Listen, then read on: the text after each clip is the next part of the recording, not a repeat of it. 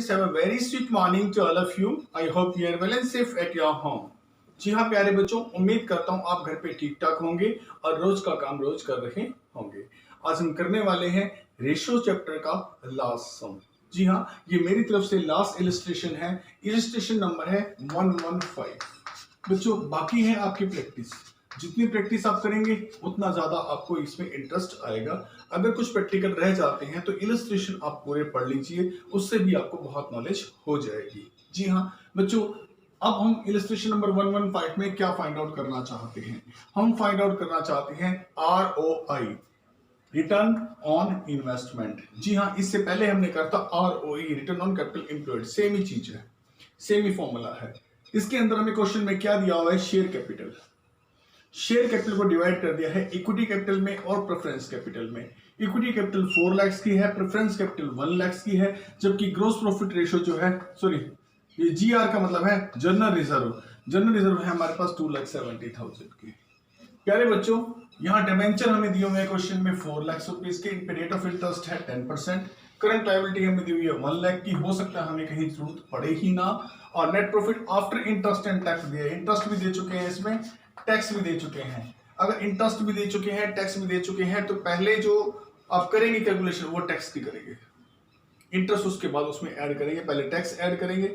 हाँ, ये है हमारा 80,000 और इंटरेस्ट इनकम टैक्स रेट जो है वो 50% की तरफ से दिया जाता है। अब हम चलते हैं सॉल्यूशन की तरफ।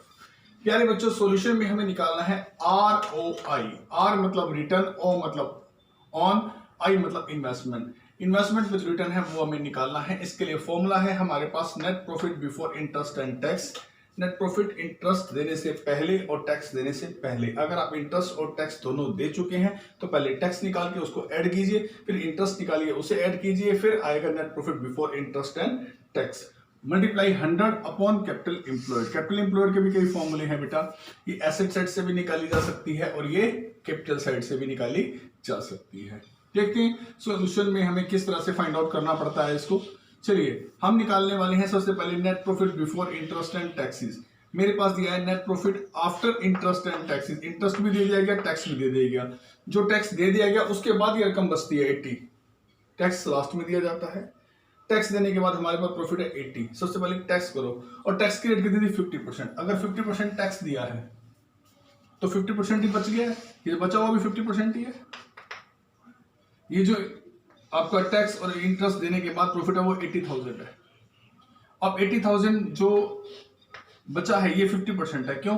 अगर कुल रकम 100 होगी, 100 में से 50 का टैक्स देंगे तो बचेगी होगी तो 50 होगी, दोनों बराबर नहीं होंगी। 100 का कुल प्रॉफिट है, 50% टैक्स दे दिया इनकम टैक्स वालों को, क्या बचा? रिमेनिंग 50 बच गया।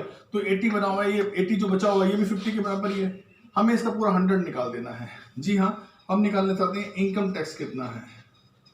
इनकम टैक्स नहीं, टोटल प्रॉफिट कितना है। टोटल प्रॉफिट है दुगना, क्योंकि 50% टैक्स दे दिया। 80,000 का डबल ऊपर कर दीजिए, डबल, क्योंकि 50% टैक्स है, 50% प्रॉफिट है इसमें। तो दोनों को ऊपर 100 कर दिया, जो निकालना है वो 100 ऊपर, जो गिवन है वो 50। इसको हमने सोल्व किया तो ये लगभग दुगना होगा, क्योंकि 50% अगर 80,000 है तो डबल कितना होगा? 1,60,000। तो नेट प्रॉफिट बिफोर टैक्स कितना होगा? 1,60,000। मेरे बच्चों यहाँ मैं ये कहना चाहता हूँ कि 80,000 का तो प्रॉफिट है, 50% टैक्स देने के बाद है। जो 50% टैक्स दिया वो भी 80 होगा। 80 का ये प्रॉफिट, 80 का टैक्स, दोनों मिला के कितने हो गए? 1,60,000। अब आगे निकालना है interest on debenture. Interest on debenture कितना आएगा? डिबेंचर थे 4 लाख के, इंटरेस्ट था 10%। कितना इंटरेस्ट आएगा? 40,000। 1,60,000 का प्रॉफिट बिफोर टैक्स है, 40,000 का इंटरेस्ट इसमें ऐड कर दीजिए। 1,60,000 बिफोर टैक्स है और ये 40,000 का प्रॉफिट इंटरेस्ट इसमें ऐड कर दिया, तो ये 2 लाख जो प्रॉफिट आ रहा है हमारे पास, ये आ रहा है net profit before interest and tax. क्योंकि टैक्स जो निकाला हुआ था 80 का वो इसमें ऐड हो गया, इंटरेस्ट जो था 40 का वो भी इसमें ऐड हो गया। तो टोटल प्रॉफिट जो हमारे पास है before interest and tax paid, जी हाँ, देने से पहले, वो है 2 लाख रुपए के। ये हमें चाहिए सोल्व करते हुए। अब हमारे पास कैपिटल एम्प्लॉयड है। कैपिटल एम्प्लॉयड का मतलब है अपना पैसा, शेयर होल्डर का पैसा और बाहर का पैसा। शेयर होल्डर का पैसा कौन सा होता है? इक्विटी में शेयर होल्डर लगाते हैं, प्रेफरेंस में शेयर होल्डर लगाते हैं। जनरल रिजर्व का पैसा भी शेयर होल्डर का ही होता है और करंट ईयर का प्रॉफिट भी शेयर होल्डर का होता है। इन अगर चारों को ऐड करते हैं तो एक रकम, एक फिगर बनती है, इसका नाम होता है शेयर होल्डर फंड। क्या होता है नाम? Share holder fund. जी हाँ, इक्विटी में भी पैसा लगाया शेयर होल्डर ने, प्रेफरेंस में भी पैसा लगाया शेयर होल्डर ने, जनरल रिजर्व में भी पैसा लगाया share holder. General reserve profit है, जो प्रॉफिट में से हमने शिफ्ट करके रिजर्व बना दिए गए। जी हाँ, हर साल के प्रॉफिटों में से जो रिजर्व बनाते हैं उसे कहते हैं जनरल रिजर्व। और ये करंट ईयर का प्रॉफिट है 80,000, जो ये हुआ था आफ्टर पेइंग टैक्स। इक्विटी कितनी है? 4 लाख की। प्रेफरेंस कितनी है? 1 लाख की। जनरल रिजर्व कितने हैं? 270 के। ठीक है मेरे बच्चों। और करंट ईयर का प्रॉफिट कितना है? 80 दिया हुआ था। करंट ईयर का प्रॉफिट जो है वो 80 देने के बाद सब कुछ। तो इस तरह से ये बन गया शेयर होल्डर फंड इन चारों को जोड़ने से। प्लस बाहर का पैसा। बाहर का पैसा क्या था? डिवेंचर का पैसा आया था, डिवेंचर के रूप में उठाया था। शेयर होल्डर का पैसा और बाहर का पैसा मिलाकर कैपिटल एम्प्लॉयड हो जाता है। जितना पैसा खुद लगाया शेयर होल्डर ने वो, जितना पैसा बाहर से कर्ज के रूप में लिया वो, टोटल मिला के हमारे पास हो गया 12,50,000। 4 लाख वो था जो बाहर से लिया था।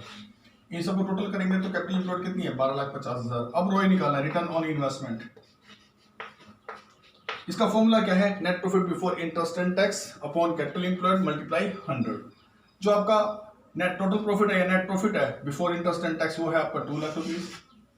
जो आपका कैपिटल एम्प्लॉयड है वो 12,50,000 मल्टीप्लाई 100। जब आप सोल्व करेंगे तो इस बिजनेस में आप 16% की रेट से जो रिटर्न जो है वो अर्जित कर रहे हैं, अर्न कर रहे हैं।